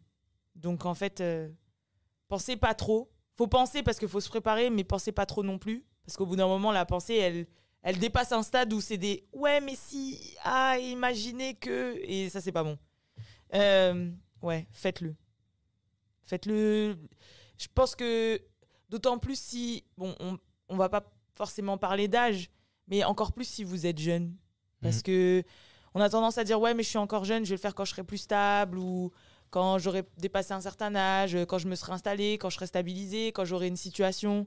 Mais non, en fait, justement. Faites-le. Ouais. Je suis d'accord. Faites-le. Cool. Merci à vous. Pour faire une petite fermeture, vous allez prendre le micro chacun à votre tour et vous allez faire votre gimmick. Okay. Alisha, balance. Hey tout le monde, Alisha, hey, up in here. Pour vous servir, on est ensemble sur le podcast de Tu fais quoi? Et je vais passer le micro à Balou qui va vous faire son fameux... Yo, yo. Yo, yo, yo, c'est Balou. Et t'es branché sur le podcast de Tu fais quoi? C'est parti, turn up. Ça, tu peux même le remettre en intro. Bah, c'est ce que je vais faire carrément. Et bien voilà. Je vous dis à très bientôt. C'était Balou et Alisha sur le podcast de Tu fais quoi? Et puis je vous dis à très bientôt pour de nouvelles aventures avec d'autres entrepreneurs aussi incroyables. Ciao. C'était bien lourd. Turn up.